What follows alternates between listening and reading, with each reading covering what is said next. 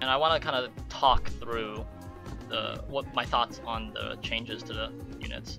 So this was a pretty big balance change, and a lot of the OP quote-unquote units that no one liked have been slightly tinkered with, and I think in general I really like the changes so far. So let's jump into this, and then after I'm done with this, we'll jump into the episode. So first we see that Apollo is now legendary, supply 1 instead of 4, which is kind of cool.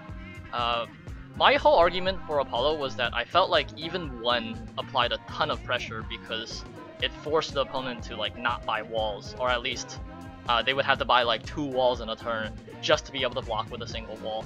It's just a very oppressive unit in terms of how much it limits the game strategies.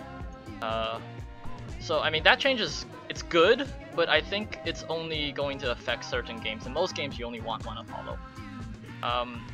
Apollo also takes 2 turns to build now, and that actually is a pretty big change. It means the Apollo rushes that people were doing can only be so fast now. There's no way to get like a turn 6 Apollo or something crazy like that. And I actually kind of looked at the unit in analysis mode and figured out sort of the fastest turn you can get Apollo now is turn 7, which is actually pretty slow. Well, it's not slow, but it's actually like a hard cap. Turn 7 is the fastest you can possibly get Apollo, and that's if you rush it. So I think that's actually pretty good. It says the cost has been reduced from 17 to 13. So initially, when you look at this, you're like, oh wow, that's a huge cost reduction. Doesn't this mean that it's easier to rush? But if we actually look at the analysis mode, if it will load, I'm gonna demonstrate just very briefly that in fact, Apollos in general are going to be slower now than they're faster. If you literally rush Apollo, the fastest turn you can get it is turn 7. Whereas in the old system, you could like build it, I think player 2 could build it by turn 6 if he like rushed it. So yes, Evan says he tried to rush Apollo at 16, blue, and resigned instantly. In a sense, it is kind of like, yeah, you will be able to buy it, fit it more cleanly into your builds. However, the tech requirement is still really high. So, and you can only get 1 now. So if there's no other high blue unit in the set, usually most people will get like 2 Apollos because of the blue, but now the supply is 1 and you can't really rush it. It looks like the analysis mode is taking a long time, but I'm just gonna show you, like, this set has the normal Apollo, so I'm just gonna do the normal Apollo rush for like player 1. You get like an engineer, you get like full drone, you get like blast forge, and then you go double blast forge into Apollo on turn 6. So on turn 7 the Apollo fires, right? So you can fire. But with the new Apollo, you actually don't go 3rd engineer, so the build is like this, and then you just go triple blast forge into drone, and you get your Apollo. But crucial thing to note is on this turn when you get your Apollo, and Apollo's 13, so let's just build like let's just use all our gold to signify that we bought our Apollo. Right, so this is our Apollo, it's 13 gold and 3 blue. You don't get the drone on this turn, so you get the drone on the following turn, and this is the turn that Apollo will be building, and it still fires on turn 7. So the Apollo actually can't be rushed faster. It's actually going to be, in general, slower, because I feel like such an early Apollo might not even be that good anymore. And also, the key thing about the 1 supply is that Apollo now can't counter like Tarsier rushes. The Tarsiers will actually, I believe, I didn't test this yet, but I believe the Tarsiers will overwhelm the Apollo before the Apollo even gets the fire. Before the Apollo is able to actually snipe down the Tarsier numbers. By turn 7, you can have something like 6 Tarsiers or something, so I think in general Apollo has more counterplay, and so that's really good. I'm not gonna go as in detail for the others. It's just that the Apollo change was kind of controversial, but I do think it is a nerf. In terms of Antima Comet, it's now 3 green, red, blue. First of all, I really like that it's green, red, blue, because I think we should have more green, red, blue units in this game. It's just kind of like an awesome thing that a unit will cost all 3 resources, from a flavor perspective, I guess. And the crucial thing this does, though, is player 2 can no longer just Antima rush like it's nothing. So usually player 2 will go like turn 1 drone, turn 2 drone conduit, turn 3 drone blast forge, turn 4 he'll just buy an Antima. Antima is 2 gold, so the engineer's the, well, using engineer for Antima is probably not a good idea, but there's another 2 gold thing. And then the following turn, he'll just buy like infinite engineers, and then he'll attack for like 15 or 14 damage on turn 7. And that's, or turn 6 rather. And that's like defendable, but it's kind of really annoying. So because Antima now costs quite a bit more, it costs an entire tech structure more, and also 1 gold more, player 2 can't just rush it now. So you actually have to use the unit tactically. And it also requires you to commit to all 3 colors, which is why you actually will see this unit much less in games, I think. Because if your opponent like gets the Antima and then just like has no way to use the green or the blue or something like that, suddenly the unit's actually pretty expensive in terms of cost. So what is the last song I played, someone asked? The last song I played was Feather by Nujabes. Hey there, Black Angel. So going down the list, we see Frostbooter's cost has been increased to 5 red from 4 red, and its lifespan has been increased. So its cost has been increased by 1, and its lifespan has also been increased by 1. In general, this is just like a slight tweak, and 1 gold extra doesn't look like much, but usually Frostbooter is gotten in games where you're like really aggressive red, where you have like 11 drones or 10 drones or something like that. So making something cost an entire gold more is actually, will occasionally be relevant. Like, perhaps if you had 1 gold, you'd be able to get a Rhino for defense or something. Instead, you'll have to leave 3 drones back. Or maybe 1 gold more on the following turn will let you double Tarsier, but now you can only single Tarsier, etc, etc. In general, it's not going to affect Frostbooter's play, I think, that much. It's just, it will slightly make it a less efficient unit. And that's pretty good, I think. I think Frostbooter is in a good place. Even before the nerf, I think the unit was like annoying but manageable, and after the cost increased, I think it's definitely going to be manageable.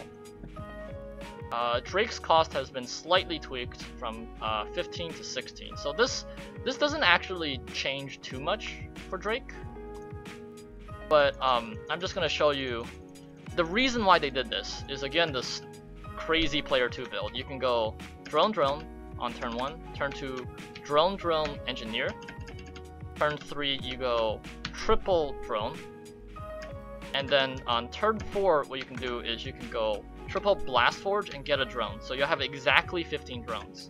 What this means is on the next turn you can get a Drake, and on the following turn you can get a Drake.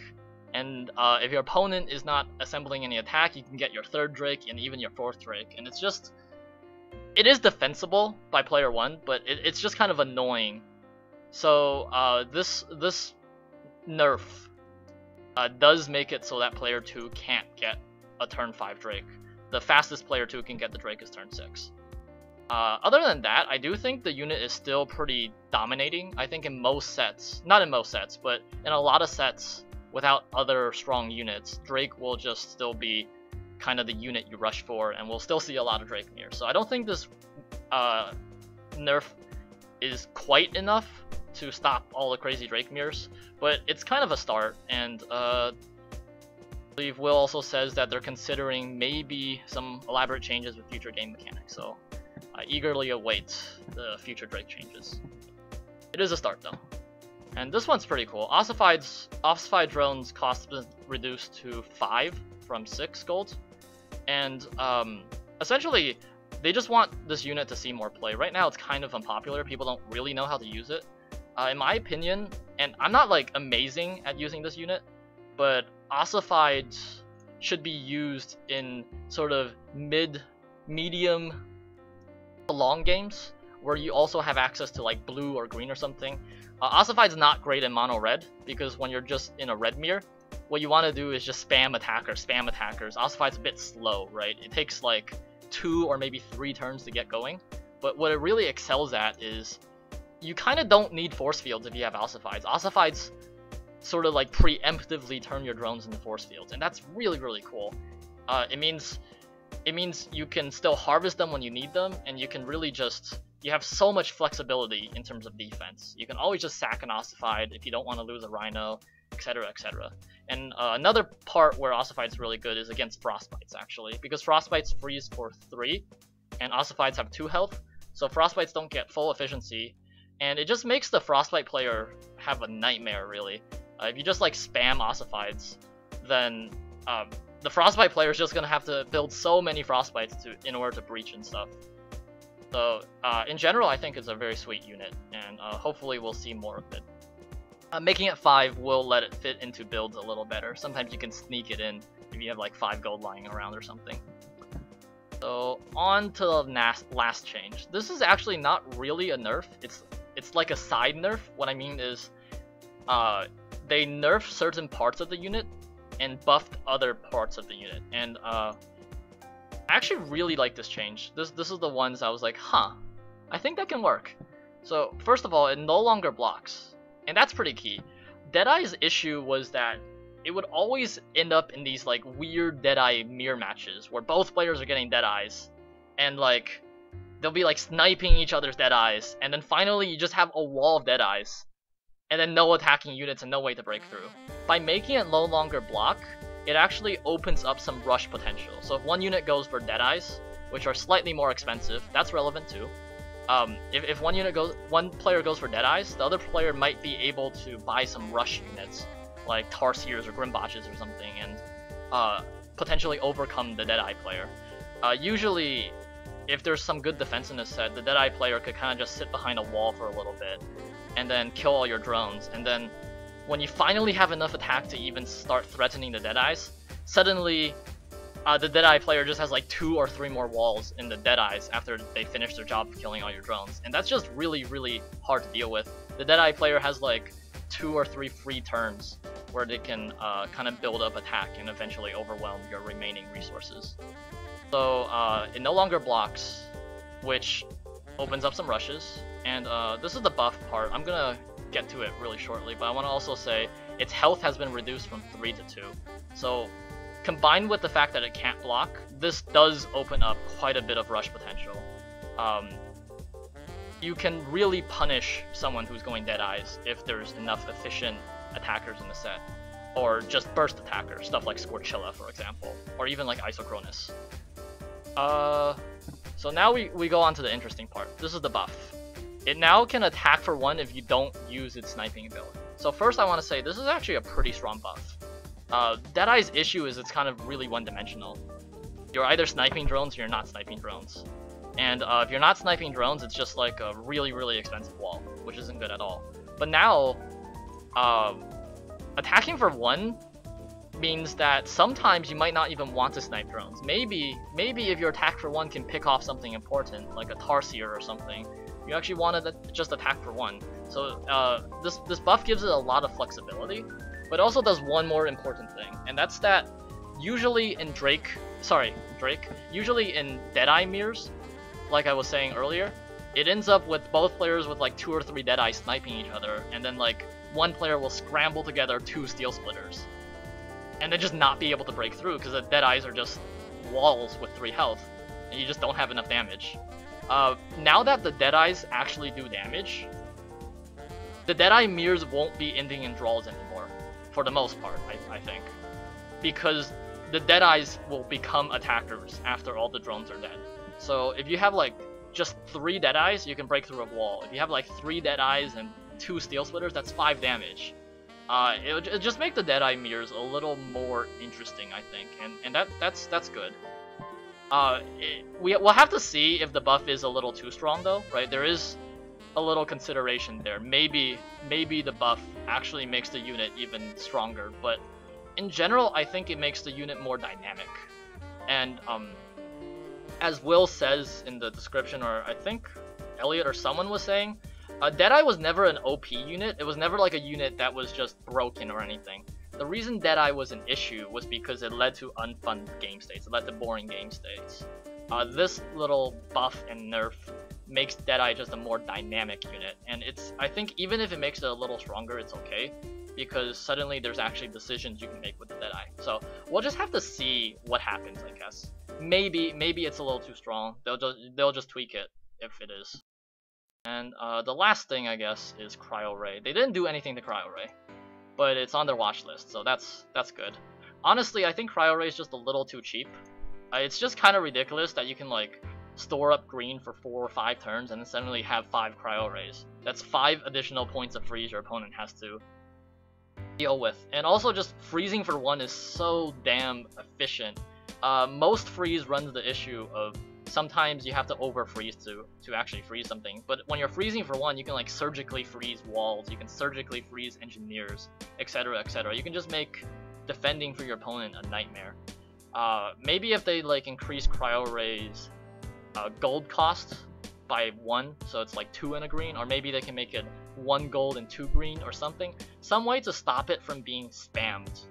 I think that will make Cryo Ray a little bit less insane. But we'll just have to wait and see. All in all, though, I think the changes are in the right direction, and there might be some of them might need a little bit of tweaking or whatever. But we'll just have to actually like play with the units and figure out whether they're still broken or not, I guess. But yeah, how about limiting the supply? Well, I think if Cryo Ray had only 4 supply, it'd actually be way too weak. And that's, well, I don't know. It'll be okay. It'd still be annoying. That is a direction we can think about. I don't really know. Yeah. Celerity says he thinks the old Deadeye was weak and boring, and the new one is strong and interesting. And yeah, I agree. I think it is a much more interesting unit now. And that's really all we want for this game to have interesting units. And importantly, it has counterplay. It doesn't block and has its health reduced. So you can actually just not build Deadeye and like rush it down with aggression. So yeah. 4 lets you do something surgical. Yeah, I mean 4 is okay in terms of supply for the cryo. I don't know. We'll have to see what they do with it. Anyways, that's it for reviewing the new units, and